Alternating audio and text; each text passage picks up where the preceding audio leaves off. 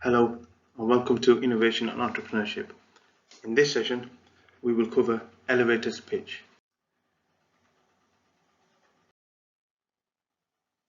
Elevator's pitch is all about seeking investors and customers.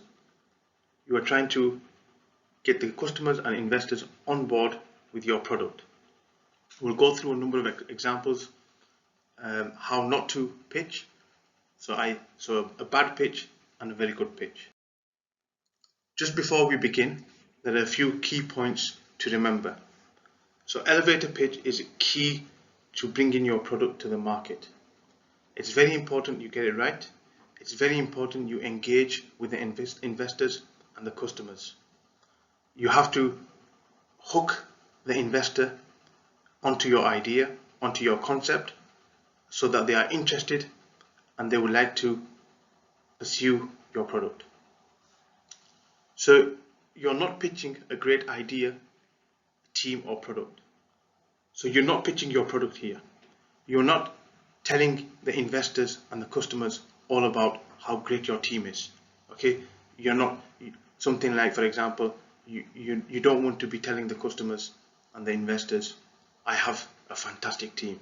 My team is the best in the field. My team is the best in this region. My team is the best in the world. My team consists of very intelligent group of people. No, this is not the concept.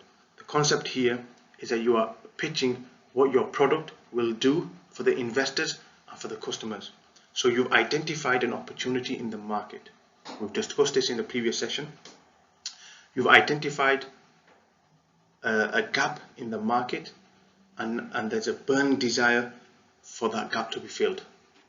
Customers and investors require a need, and what you are doing here is you're pitching that you have solved their issues, you have solved their problems, you have found that gap in the market, you have fulfilled their needs. So you are pitching what your product will do for the investors and for the customers, and as a consequence you are naturally then pitching your product.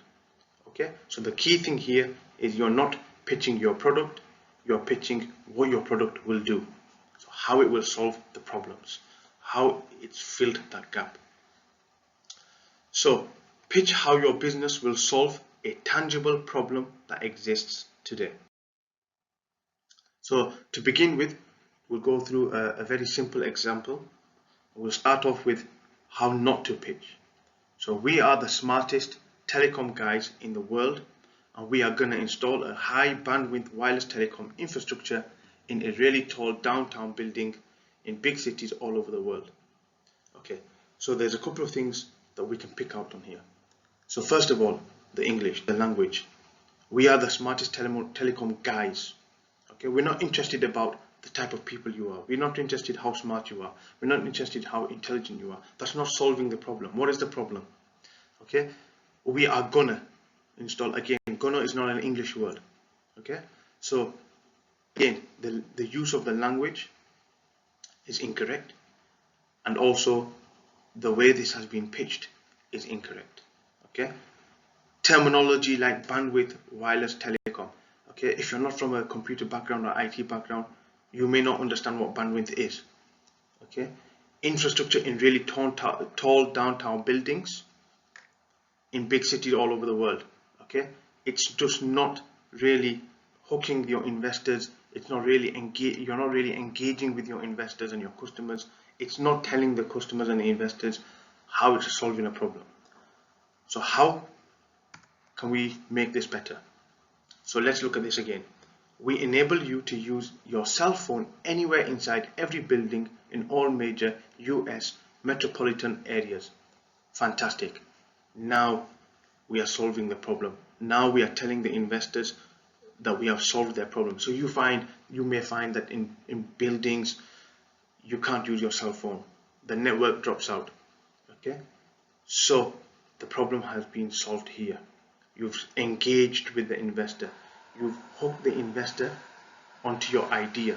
So you've not told them about your product. You're telling them about how your product is going to solve the problem. The problem is that cell phones cannot be used in tall buildings.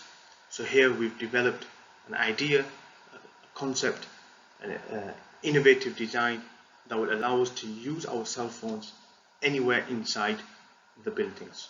In every building, so it's not just limited to a type of building, it's any building, and it's all the major cities in the US, or the metropolitan areas in US. So that's how you should be pitching your product. Okay, so it's not your product, it's what your product is solving. I can't emphasize this point enough. Okay, so there's some key points that we need to consider when we are trying to pitch our product to customers and investors. Now, we will go through these in more detail as well, and also I've mentioned those key points that I feel are important, that are must-haves in every pitch, and then there are some that you can have as an additive bonus. It's not necessarily required depending on the product and the problem that you're trying to solve and the opportunity that you've identified. So the first and the most important thing is the hook. Okay, so I've mentioned this in my previous slides. The hook is basically the pain point, the heart grabber. So what this is doing is hooking the investor, it's hooking the customer into you. They want to engage with you, they want to listen more, and they want to know more about your product. So it's very important you start your pitch with hooking the investor. Okay, so we need to start with a point. Our first line, our first key point must be that we are saying to the customer, we are solving your problem. The investor is now interested.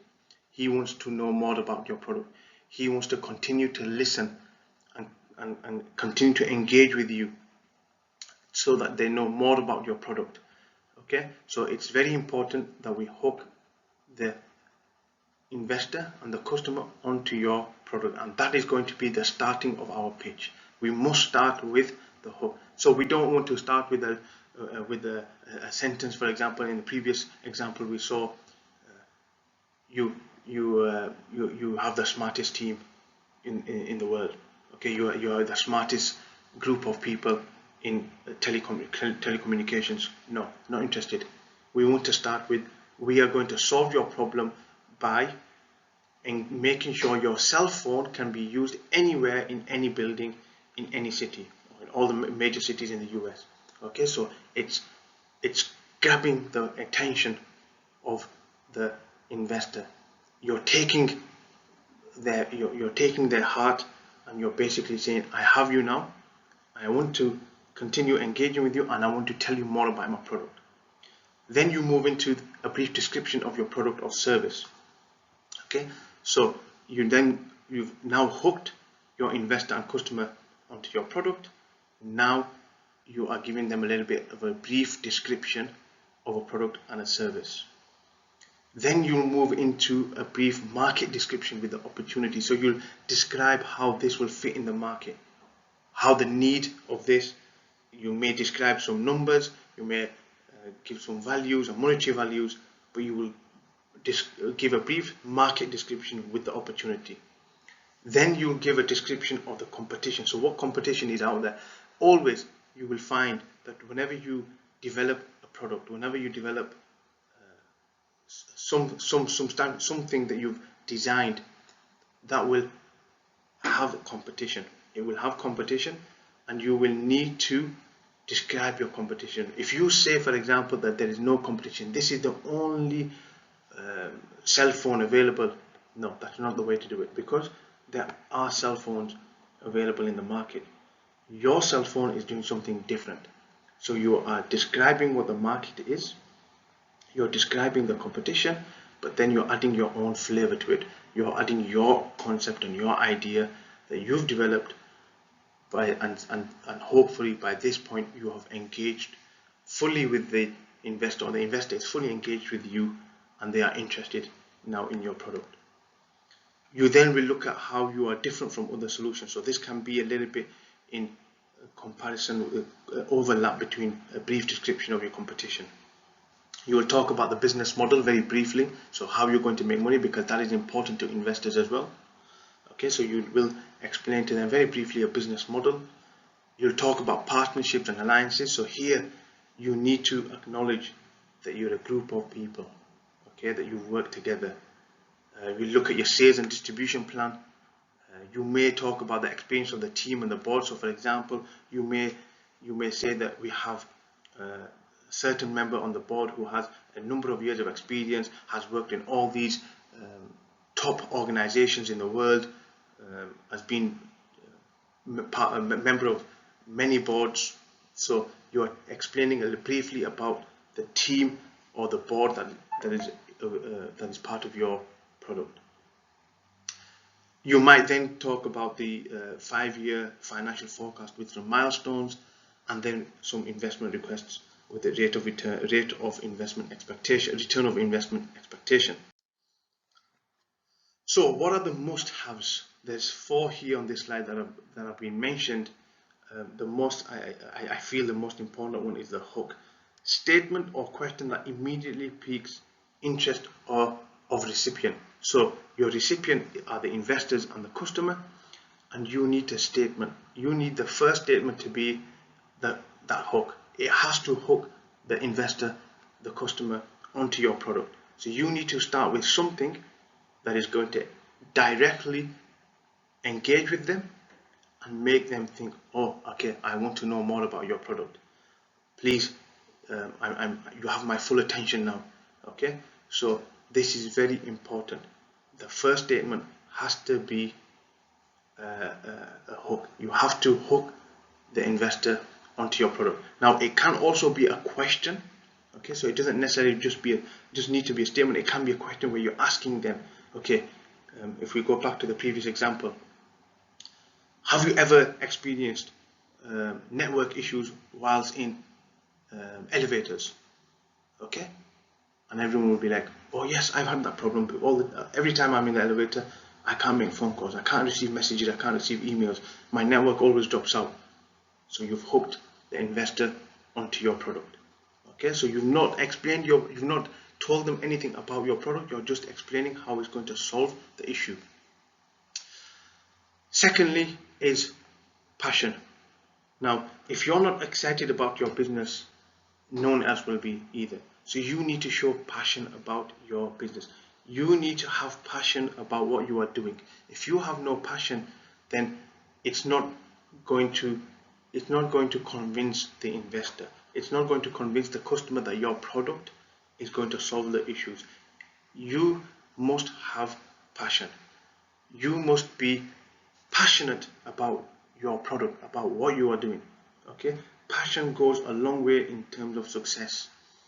If you have a passion, a desire and a passion to solve this problem, you want to make your business successful, you want to make this product successful, and you have a passion, and this can be witnessed through your body language, through the way you are pitching your product, then the investors will also have an interest in your product, will also be excited about your product.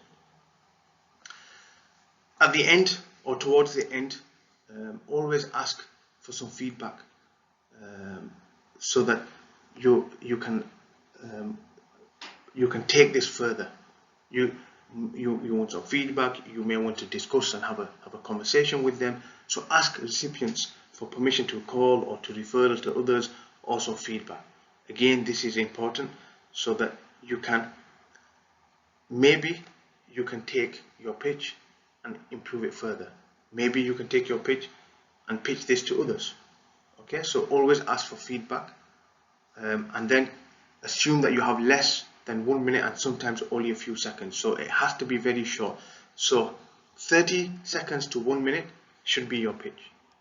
Okay, you have 30 seconds to 1 minute to hook the investor or the customer onto your product and to describe how your product will solve the issues. Okay, so here we go in terms of some things that we might use to hook your investors or your customers onto your product. The hook should simply ID the pain you solve. Okay, so I have a pain. Okay, I have a desire for something and I'm the customer and I need this solving. I don't know how. There's nothing available in the market. So you need to hook them by simply identifying the pain. You've identified the pain, and then you are saying, okay, for example, we make Napster legal. Okay, so Napster is illegal, but if you make it legal, it solves a lot of issues. Have you ever had your cell phone fail inside a building? Oh, now we've mentioned this before. Yes, we enter elevators, we go into the basement, and we have no network. So that's an issue. So that's a pain. I always find it a pain when I'm in the elevator, when I'm in the basement, my phone network has dropped out. Can't make any phone calls, can't receive phone calls, etc., etc. So you're hooking the investor, the customer, onto your product. Imagine a rubber coating that conducts electricity. Now, rubber cannot conduct electricity. However, if it could, it solve a lot of issues, and it could be used in a number of products, applications. The numbers are so high in terms of where rubber can be used. Now, if you had a rubber coating that could conduct electricity, that would solve a lot of problems. Again, as an investor, as a customer, you're hooking your investor and hook onto your product. I'm getting hooked onto your product because you've solved the problem here. You're telling me that you can conduct electricity by having a rubber coating. Okay, we will change the way people invest their money. Okay, so again, you're hooking the investor and the customer onto your product. Taglines can also be used. Okay, so we have a few examples here. Please use this as as a guidance. Now, the product pitch is about something we say, keep it simple and stupid. So it must be very simple, okay, and it must be stupid. So we call this KISS. Okay, so keep it simple. So use simple terminology. Okay, you're almost spoon feeding the investor and the customer. Okay, obviously don't go too extreme where you insult their intelligence, for example. However, try to keep it as simple words, simple terminology. Try to keep it almost something like we say foolproof. Okay, so for anyone that can digest this, what you're saying, the pitch that you are presenting, it has to be simple, and it has to be almost for any person to understand. Okay, so it should not be technical. Okay, so if I'm from an engineering background, I don't want all the medical terms, for example. Okay, I don't want all these scientific terms. I just want some basic terminology, basic language to be used, simple, so I understand how you are solving the problem, because that ultimately will engage me with the presenter. Okay, kill the geek speak. Focus on customer benefits, not technical benefits. Again, we'll go through some examples here and tell a story that paints a personal picture for your audience. Okay, so let's go through an example for the kiss of the devil. Basically what we are saying is keep it simple and stupid. So how not to do it? Our technology is the first integrated and automatic book scanner that will scan and digitize bound documents at a speed of 1200 ppm at a fraction of the cost of existing solutions, based on a disruptive digital imaging technology initially developed at Bell Labs and protected by 12 patents. Too much technical information there. Okay, too much information there in terms of it's not simple. Okay, we're talking about speeds. I don't know what the speed means. Okay, is this good? Is this bad? I have no clue. Okay, now a better example here. We capture the future of knowledge by seamlessly digitizing physical libraries at a very low cost. Now that is a very short, simple pitch. Okay, so we capture the future of knowledge. by seamlessly digitizing physical libraries at very low cost. So you're telling the customer, you're telling the investor how you are solving a problem. Okay, how you've identified an opportunity in the market and you're filling that gap. Okay, so geek speak is boring. Again, let's go through how not to do it, and then we'll show an example of how to do it. We provide non-penetrable intrusion detection for digital voice, fax and wireless communication devices with our 2048-bit Hellman encryption algorithm that is combined with the latest 168-bit Hellman DES. Again, too much technical geeky stuff in there. I don't know half of this terminology. I don't know what it means. Okay, so by this point you've mentioned we provide non-penetrable intrusion detection for digital voice, fax, and you've lost me. Okay, as an investor, as a customer, I'm gone. Okay, I'm not interested anymore because I've fallen asleep. Okay, I don't understand some of this terminology.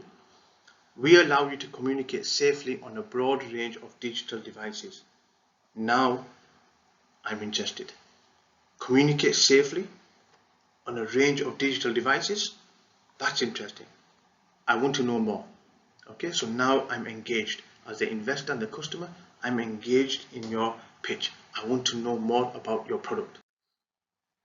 Okay, so I've talked about I've talked about technical benefits. I'm just going to go a little bit more in regards to this. So basically, you want to be mentioning customer benefits, not technical benefits. The customer and the investor are not interested in the technicalities. They just want to know from a business perspective. I'm the investor. How is this going to increase my revenues? Okay. How is this going to reduce the risks? How are you going to what is your product going to do? Okay. So some technical benefits that you should not really mention: seamless integration, scalable, adaptable, secure networking, improved network performance. Not interested. Okay. So what? Okay. That's not something that I'm interested in. Rather, increases your revenues, reduces your risk, cuts your cost by 30%.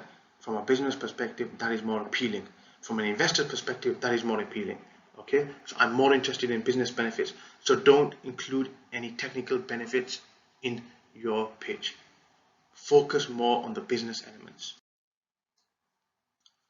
Okay, so we will go through some. I will go through some examples, some real life examples, just to help you a little bit, and we'll do this at the end.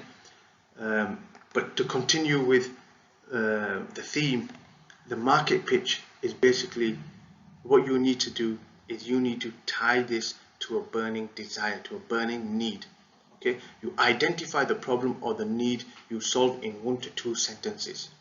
Okay, so your first 1 to 2 sentences, you identify the problem or your need to solve. So we allow any cell phone to work anywhere inside buildings that utilize our wireless network solution. Wow, that's interesting. Let's go further. Okay, so basically this is a way of you identifying the problem in 1 or 2 sentences. So we've used 1 sentence here. We allow any cell phone to work anywhere inside buildings that utilize our wireless network solution. Okay, then what you will do is you will basically reference this to a brand name. So once you've identified a problem, and you've or the need to solve, or something that needs to be solved, and you've identified this, you then will try to reference this reference a brand name customer that is using your product or has expressed an interest.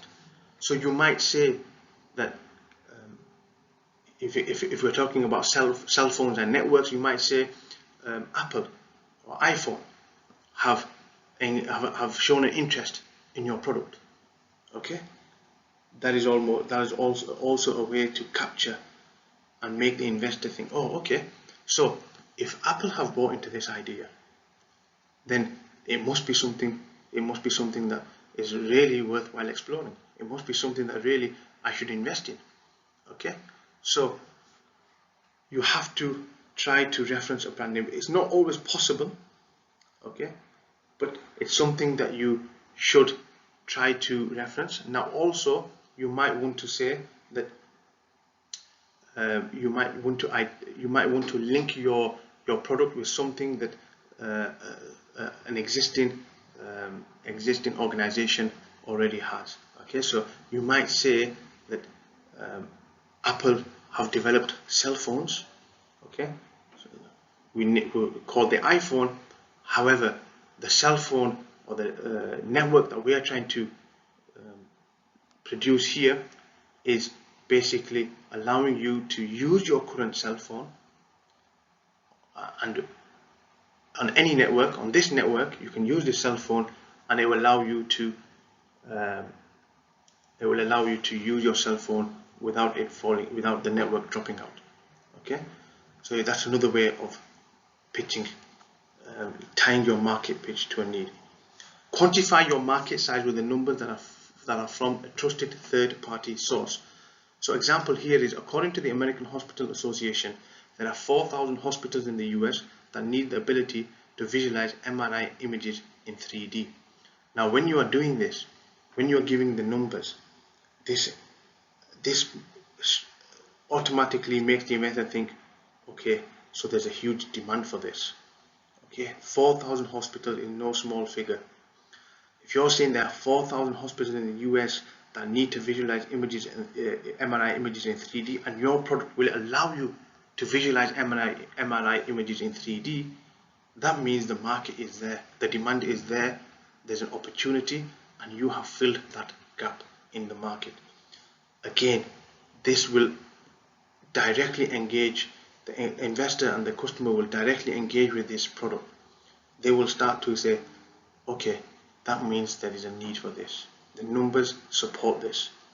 Okay, there's a real life figure here, a survey that may have been carried out by the American Hospital Association. So it's not any third-party source, it's a third-party source that's directly linked to hospitals.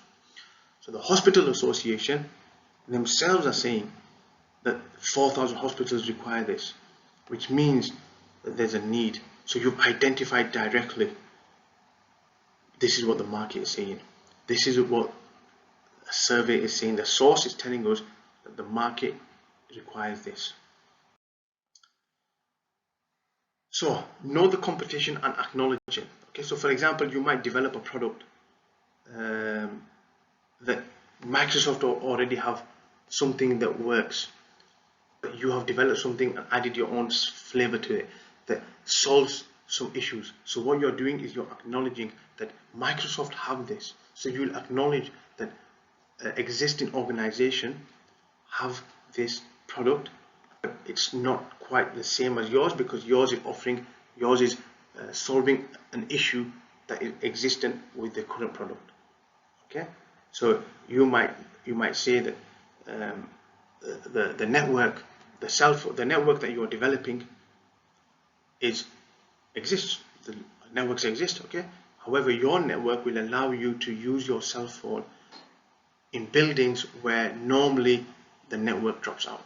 So you've identified and acknowledged your competition. What we are going to do is we're effectively going to be neutralizing your competition. So to do this, you're going to basically you're going to pitch one or two unique differentiators that will allow you to paint a picture. So for example, here we use the same insulin compound provided in Medix drugs, but we allow children to take an oral instead of a shot. Okay, so what we are saying is the insulin product is already there, it exists, it's nothing new. What we are doing is we are changing the way this is entering the body. Traditionally and normally it's entered through a shot, and now we are allowing the children to take this as an oral. Okay, so it might be a shot that's an injection, now it's going to be orally. So you are using the same product, you acknowledge that you've acknowledged there's competition there, you've acknowledged that there's something already exists in the market, but what you've done is you neutralize your competition. So from you being this very small person in the market in comparison to the existing larger organization, what you've done is you've brought them down to your level. So you've said that, okay, there's something available, this is nothing new, However, the way this is entering the body is going to be new. Okay, and I had a similar example. I worked with a group of researchers who were developing um, um, some medication for AIDS, and basically this medication normally is when you take it, it's not of a nice taste. So children generally would not take this drug because this medicine, because it didn't have a nice taste to it. Okay, something that elders maybe they can accept this, but young children tend not to. So they were developing a product that was already existing in the market, in the sense that it's an AIDS drug. However, what it was doing was it added more flavor to it, so it allowed children to take this drug, but it added more flavor to it. So now the children will take this. Again, product was already there available in the market. The added spice to this product was that it can be taken by children now because it has a better flavor to it. Okay. Another example here. There are many flavors of PDA keyboards, but ours is the only one that folds into a PDA device when it is not in use. Again, we are saying that there's something existing in the market. However, what is different about our product is that it folds into a device when not in use. Okay, so again, it's neutralizing your competition. Okay. So something that's optional to include in your pitch. This also will depend on time, okay, and also can depend on the uniqueness of your business. You may want to give a simple description of your business model. You may talk about revenue models, such as recurring revenue models. We will install the wireless network in a building at no charge, and then charge a usage for all calls that we carry. So basically what we are saying is it's a recurring revenue model. What this means is every time you use our network, you will be charged a fee. However, it's going to be installed in the building for free. Okay, so there's a recurring revenue here. So every time you use your phone, you will be charged. We provide free access to our medical information website for consumers and charge advertisers for each exposure. So this is something like, for example, you might create, you may have a website, and all the consumers can can take information from this freely.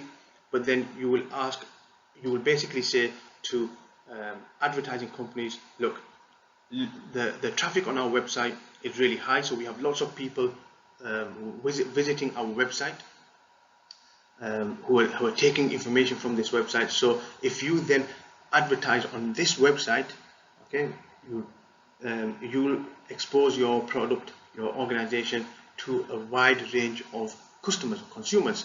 So we as our website owners, we are going to advertise on our website, and that's going to be at a charge. Our portable fuel cells will be installed in laptops, and we will receive a royalty from Dell for each installation. So basically what we are saying is every time our portable cells are installed in laptops, we will receive a royalty from Dell. Okay, so that's another way of something that you might want to include in your pitch. Again, emphasis here is on whether you have time, and it also depends on the business. Not all products and businesses can use the recurring model, for example. So you may not want to use this type of business model. You may not have time to use this business model. So it all depends on what your product is and what you're trying to, what problem you are trying to solve. So a very important question is, why should we invest in you? So some facts that you might want to take into consideration: investors invest in people, not products. So here what you're going to be saying is, I mentioned earlier about your team and your board members. You may want to say our founders have over 20 years of combined experience in the telecom industry.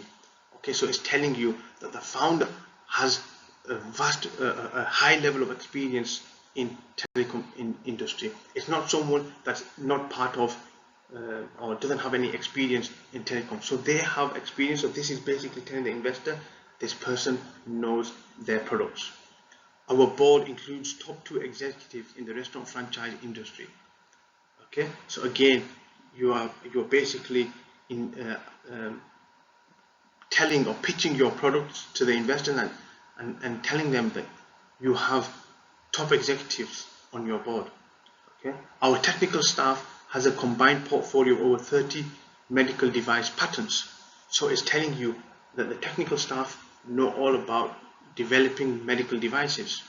Okay, because they've developed 30 and they've been patented.